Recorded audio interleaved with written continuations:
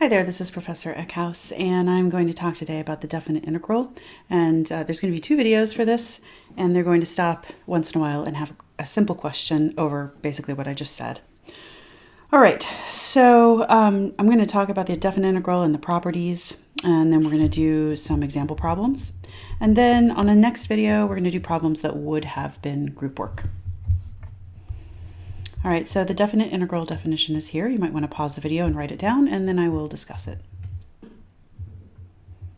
Okay, so hopefully you recognize that after it says limit as n goes to infinity, that looks like a Riemann sum. So that's just a summation of all the rectangles underneath the curve from 1 to n, where n is approaching infinity. In other words, we have an infinite number of rectangles underneath the curve. And that is the definition of a definite integral. So the definite integral on the right I will explain in just a moment, but I would definitely have that in your notes for the moment. All right, I'd like to explain this with a little applet.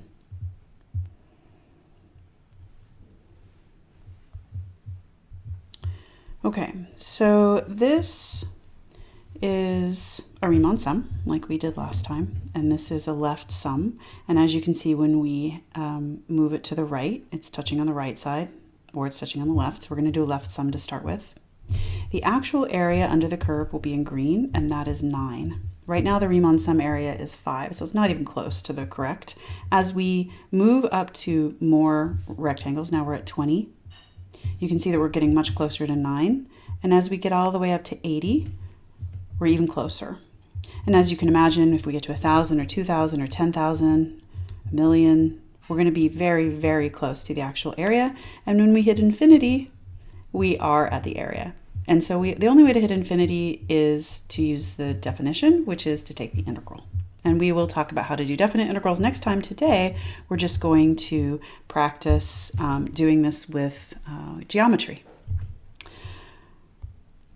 All right, so the definite integral, here's another way to look at it is visually. I want to make sure you know what all of the different symbols mean. So if you look at the area under the curve as that big A there, and we're taking the area, we're looking at the area from x equals A to x equals B, little a and little b. What we're going to do is we're going to write that on that big summation sign, that big S, with an A at the bottom and a B at the top. That means the integral from A to B of the function f of x dx. In other words, we're going to take the antiderivative of it and we're going to evaluate it from A to B. We will do that next time. This time we're just going to look at it geometrically.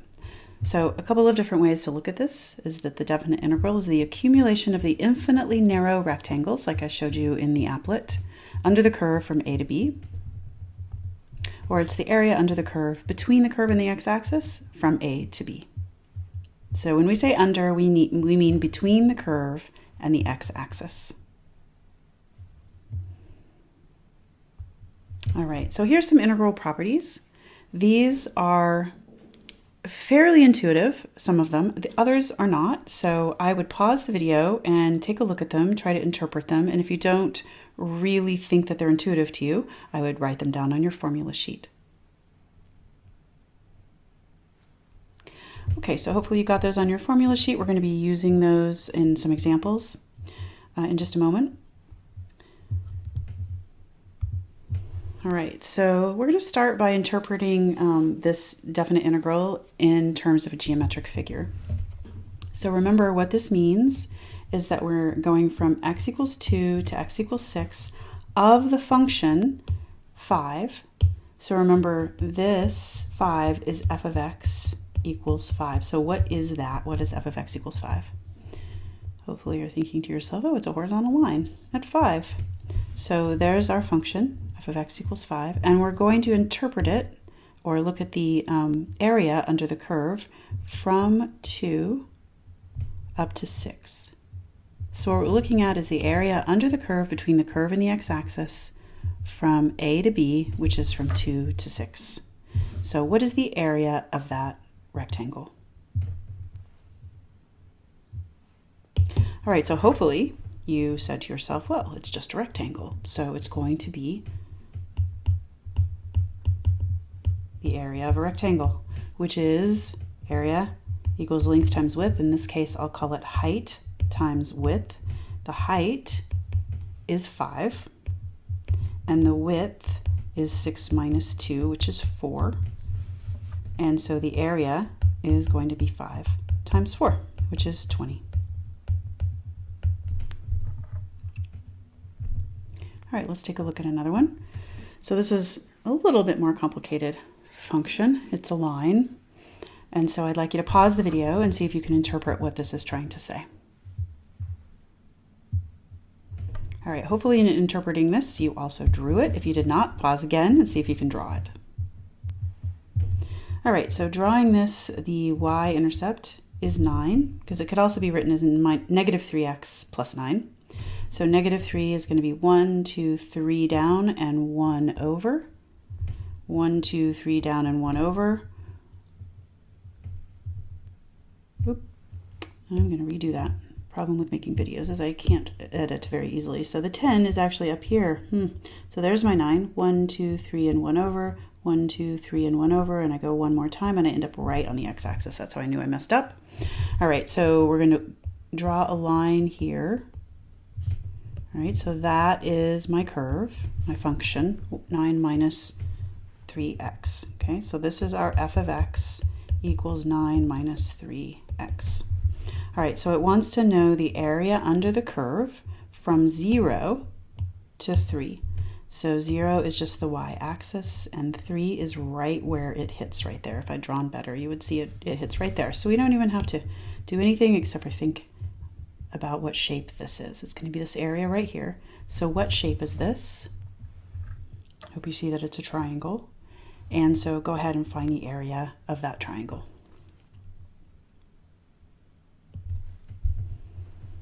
All right, so hopefully you remembered that the area of a triangle is 1/2 base times height. So the base is 3 and the height is 9. So we're going to have that the area is 1/2 3 times 9, which is 27 halves. Right, another way to write that would be to divide that in half, and I believe that is 13.5. Nothing like doing math on the fly because I didn't have that one written down. All right, so I'm going to move on. All right, we've got something that's just a little bit more complicated here. We're going to evaluate definite integrals from this graph of f of x. All right, so we are going to be looking at a variety of different areas under the curve here. And one thing I want you to recognize when we do this is that the area when it's under the curve is going to be negative, and when it's above the curve, it's going to be positive. So the first one we're going to look at is going from -4. So we've got 1, 2, 3, 4 right here. So from here up to 4, which is here. 1, 2, 3, 4, and here. Doesn't look symmetrical because it's not. It doesn't go through at 0. All right, so what we're trying to find is this area plus this area, knowing that what I just said was this area, I missed that little tiny bit right there. This area right here is positive, and this area is going to be negative. All right, so what shapes are we going to use here to figure this out? Okay, hopefully you said triangles. So we're going to have 2 different triangles here. The first one is going to go from -4 up to -1. And so we're going to have both of these, of course, are going to be 1/2 base times height. So the first one is going to have 3 by 3. So we've got 1/2 3 times 3. And then the other one is going to be 5 wide and 1, 2, 3, 4, 5 tall. So that's going to be 1/2 5 times 5. All right, so we've got, and this one is going to be negative, and this one is going to be positive because the negative one, the one on the left, is under the x-axis, so it's a negative area. So what we're finding here is the net area. So this is going to be -9 halves. And this is going to be positive 25 halves. So 25 minus 9 is 16. We get 16 halves, which is 8. Okay, let's continue. All right, the next one is from 4 to 7. So I'm going to do this one a little different color, but first let's find 4 and 7. So 7 is going to be here. I'm going to erase some of these numbers just to keep it a little less messy. So we've got two different shapes here, as you can see, that we're going to have to add together. We've got this area here, which is a rectangle at the bottom. So that's this area right here. And then we've got a quarter of a circle. Quarter of a circle. All right, so this area right here is going to be 1/4 pi r squared. So a quarter of an area of a circle. And this one is going to be length times height. Length times height, or width times height, whatever you want to call it. All right, so let's come back down here, and we're going to say the length times height is going to be 2 times 3. I'll just write it right there. And this one is going to be 1/4 pi. And what is our r? Well, it's going to be the distance from here over to here. So that's 1, 2, 3. So that's 3 squared. Okay, so we've got 2 times 3 plus 1/4 pi 3 squared. All right, so we're just going to leave this as an exact answer. We've got 6 plus 9 pi over 4. Okay, so that's the area from 4 to 7. All right, so again, I'm going to erase some of this so we don't have so much stuff here. And we're going to go from 7 to 12. That's our next one. Let's see. So put that one back. So 7 to 12. Oh, look at that. That's just a rectangle. So this was our second one, and that's a rectangle. All right, so the rectangle there is going to be 2 high by 5 wide. So it's a 5 by 2, 5 times 2. So this area is just going to be 5 times 2, which is 10. All right, so from 12 to 16 is the next one. I'm going to let you pause the video and give this one a try. All right, so hopefully you gave it a try. And this one, let's try a new color here. This one will be this portion and this portion. Now remember, if it's under the x-axis, it's negative. If it's above the x-axis, it's positive, and they're both the exact same size. So hopefully you see that they are going to cancel each other out. But let's go ahead and think of these as their shapes, which is going to be 1/2 base times height, both of them, right? But this and they're both going to be 1/2. Base is 2 and height is 2. So they both have an area of 1. This top one is +1 and this one is -1 because it's below the x-axis. So on this next one we get 1 minus 1, right? The top one is 1, the bottom one is -1, and we just get a net area of 0. So what we find with an integral is net area. Net area. All right, so let's look at, why don't you try the next one? And we've got all the information that we need actually to do these. All right, so we are looking at -4 to 7. So -4 is going all the way from over here up to 7. So that means we're going to add together the yellow one, which was 8. That's this one. And the blue one, which was this one. So we're going to add those two together, and we're going to get 8 plus 6 plus 9 pi over 4. So again, this was the yellow portion, and this is the blue portion.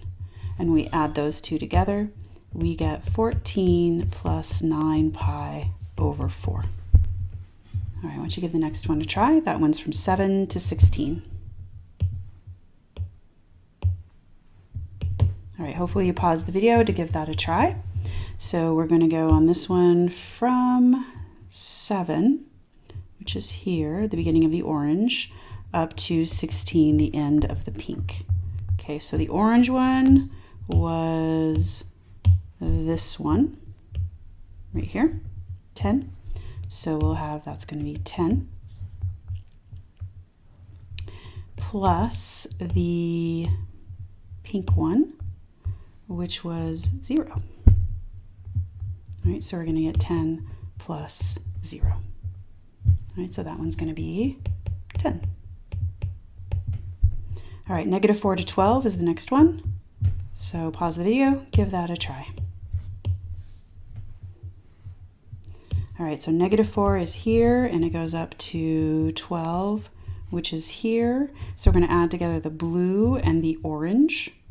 So it's nice when you have them color-coded. We'll just have 6 plus 9 pi over 4 plus, let's see, did I get them all? Oh, -4. Ooh, I got that one wrong. Sorry. I thought I saw 4 in my brain. So -4 all the way from over here. So we have the yellow plus the blue plus the orange. All right, so I've got the blue. I need to tack on that.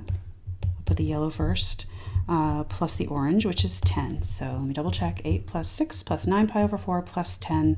And then if we're going to 12, yeah, we're good. I think we got everything. All right, so now we've got 8 plus 6, that's 14 plus 10, 24 plus 9 pi over 4. Okay, so we've got the yellow, the blue, and the orange going from -4 up to 12. All right, last one is everything, -4 to 16. So that means we're going to add together all the colors, yellow, blue, orange, and pink that we've already figured out. So we've got 8 plus 6 plus 9 pi over 4. Of course, we could just use g and add 0 to it, but I just want to show you this. The last one is 0.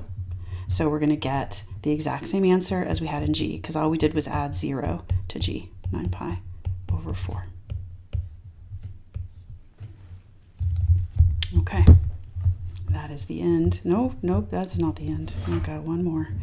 Okay, so given the following, find the values. So this is going to take into account those properties that I showed you in the PowerPoint. So if we are told that from 3 to 8, the area under the curve is 12, and from 7 to 8, it is 5, and from 8 to 10, it is 3, we need to find all these different values. All right, so there is no 7 to 3.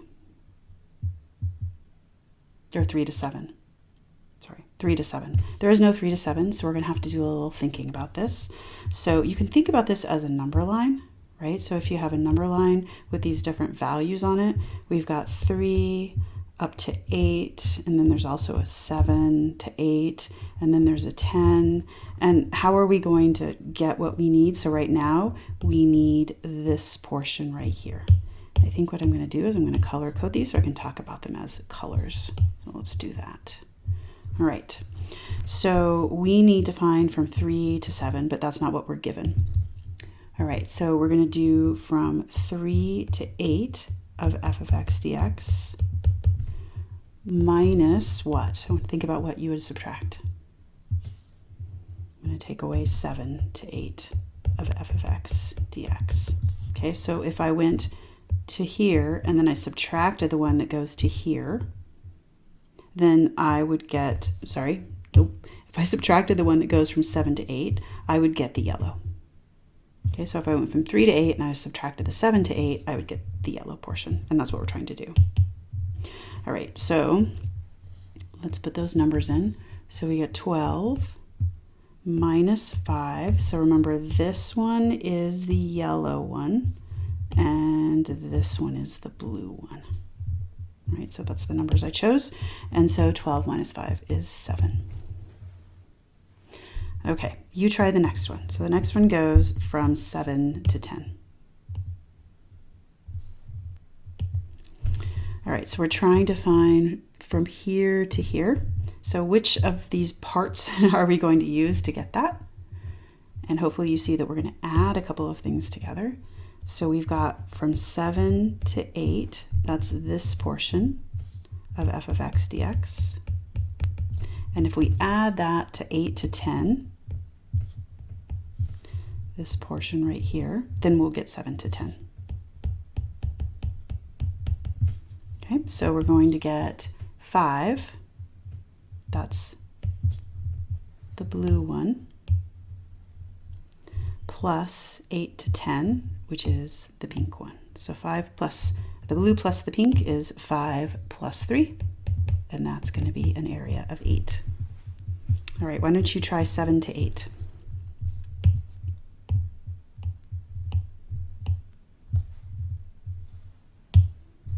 All right, trying to fix my curve here without erasing too many things, but here we go. All right, so the next one we're trying to find 7 to 8, so that is from here to here. Sorry, 8 to 7. 8 to 7. Look at me looking at too many pieces of paper and screens right now. All right, so from 8 to 7, that's going backwards, right? So that's going this way. And one of the properties says that when you go backwards, you make it negative. All right, so we already know 7 to 8. So this one is going to be the negative of 7 to 8 f of x dx. So when we go in the opposite direction, it just makes it negative. So it's going to be negative 5 because that is the blue one, but we're making it negative.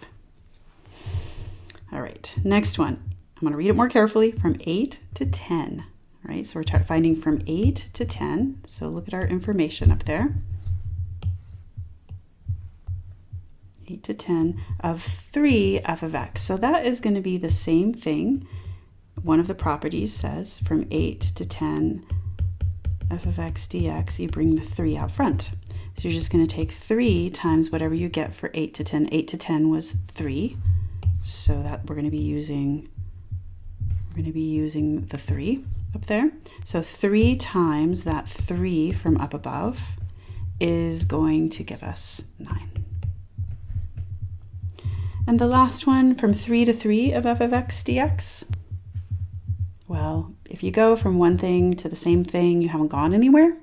So that is always going to be 0. And this is one of the properties that you should definitely have in your notes. All right.